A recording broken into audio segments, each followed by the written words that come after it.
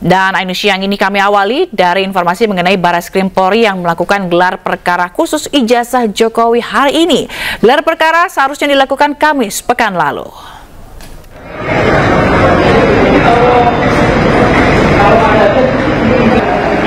Perkara khusus ijazah Jokowi telah dimulai sejak pukul 10 pagi tadi.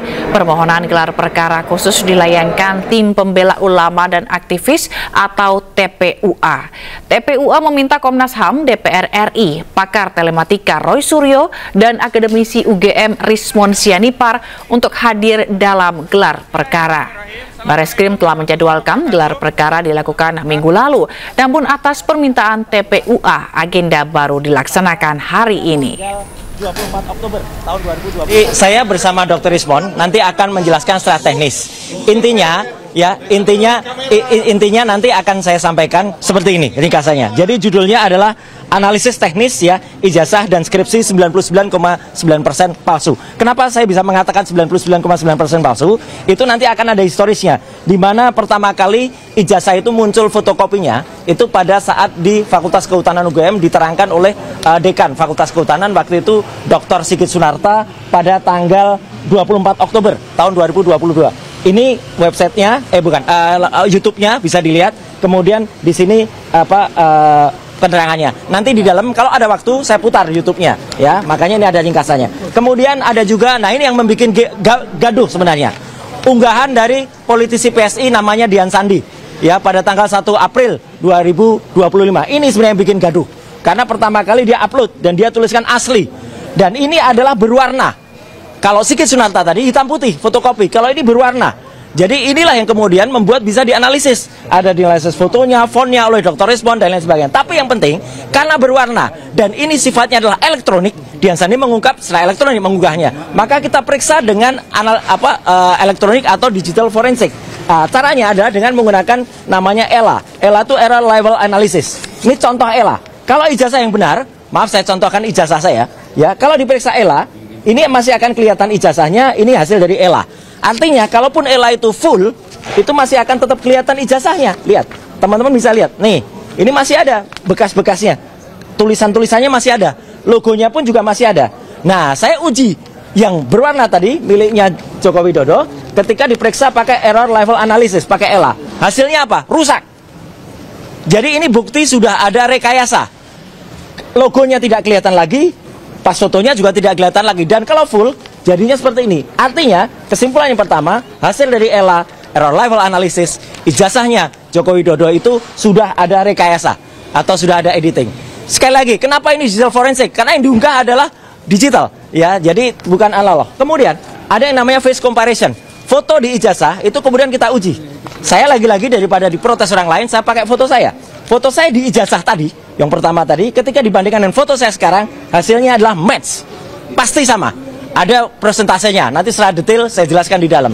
Tapi foto Joko Widodo yang ada di ijazah, kemudian yang ada sekarang adalah not match. Tidak sama. Foto di ijazah tidak sama dengan aslinya sekarang. Menariknya, foto ini ternyata justru mirip dengan orang lain. Orang lain itu adalah inisialnya DBU. Ya, gitu. Jadi teman-teman pasti udah pernah dengar lah siapa. Saya singkat saja, DBU. Ini malah match. Jadi foto ijazah match dengan orang lain. Nah pemirsa, untuk informasi terkini kita bergabung dengan Jen Cahyani di Barreskrim Polri. Selamat siang Jen, bagaimana jalannya gelar perkara kasus ijazah Jokowi di sana? Selamat siang Zila dan juga pemirsa. Untuk gelar perkara khusus terkait dengan dugaan ijazah palsu Joko Widodo di Barreskrim Polri saat ini kemungkinan sedang dilakukan gelar perkara khusus secara internal atau tertutup di dalam sana. Karena tadi kalau kita lihat dari jadwal yang sudah diumumkan, ini gelar perkara dilakukan pada pukul 10 waktu Indonesia Barat. Namun ini sudah pukul 11 lebih, namun kami dari teman-teman pewarta belum dapat sempat masuk atau belum diperbolehkan masuk, sehingga kemungkinan nanti akan kita dengarkan konferensi persnya saja. Dan Zila, pemirsa, tadi kita dengar juga ya beberapa statement atau pernyataan dari pihak pelapor, yakni dari TPUA, tim pembela ulama dan aktivis, kemudian dari pihak terlapor juga datang dari pihak Joko Widodo yang diwakilkan oleh kuasa hukumnya.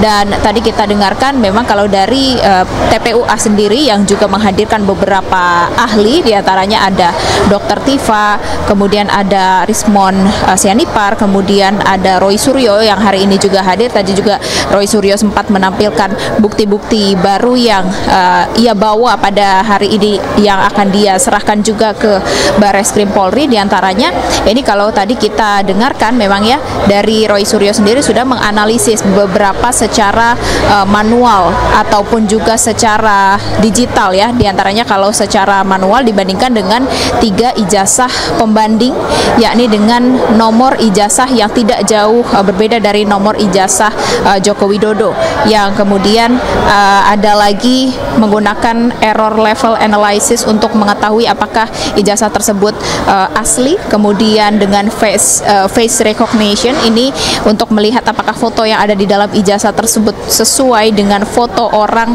yang memiliki ijazah tersebut pada masa kini. Dan memang didapatkan hasil-hasil yang menurut dari pihak pelapor, yakni TPUA dan juga ahli Roy Suryo, ini ijazah tersebut adalah palsu. Namun kalau dari pihak terlapor, yakni pihak tim kuasa hukum Joko Widodo sendiri, tadi sudah disampaikan oleh kuasa hukumnya Yakub Hasibuan, ya kalau dari mereka menyatakan mereka tetap menghormati apapun bukti yang dibawa dan juga hasil yang sudah didapatkan dari pihak pelapor. Namun mereka menyampaikan kalau apapun hasilnya, nanti hasil yang paling resmi itu hasil dari pihak forensik, dari pihak kepolisian, karena kepolisian ini merupakan institusi yang harus dipercayai nanti apapun hasilnya. Nah, kalau untuk gelar perkaranya sendiri, Zila dan juga pemirsa, saat ini kami juga masih menunggu, dan tentu saja nanti jika memang gelar perkara khusus secara tertutup ini sudah dilakukan atau sudah selesai, nanti pasti akan ada konferensi pers, yang dimana di dalam konferensi pers gelar perkara ini kita akan mendengarkan bersama-sama keputusan dari Bareskrim Polri yang akan disampaikan. Nanti kita akan melihat bagaimana hasil dari evaluasi yang sudah dilakukan di dalam sana yang saat ini sedang berlangsung. Kemudian kami juga akan mendengarkan seperti apa kasus ini akan dibawa atau akan dibawa kemana kasus ini, apakah akan naik kepada penyidikan, apakah akan ditetapkan sebagai perkara pidana, atau justru akan dihentikan penyelidikannya oleh pihak Bareskrim Polri. Sementara itu, Zila. Baik, Jen, kita akan tunggu bagaimana perkembangannya nanti. Terima kasih Jen Cahyadi melaporkan langsung dari Bareskrim Polri Jakarta. Selamat bertugas kembali. Ya, sementara itu kuasa hukum Jokowi Yakub Hasibuan menyebut hanya kepolisian yang berhak memeriksa bukti-bukti terkait ijazah Joko Widodo. Itu yang berhak untuk mengumpulkan dan menyelidik itu siapa? Kan polisi, kepolisian. Kalau mereka dari awal melapor mau mencoba membawa bukti, ya silakan saja. Tapi yang berhak untuk melaksanakan itu, untuk meneliti lebih lanjut dan dengan proses yang legal, contoh ketika ada suatu dokumen, pihak yang memiliki otoritas untuk memeriksa dokumen ini dalam tahap penyelidikan itu siapa?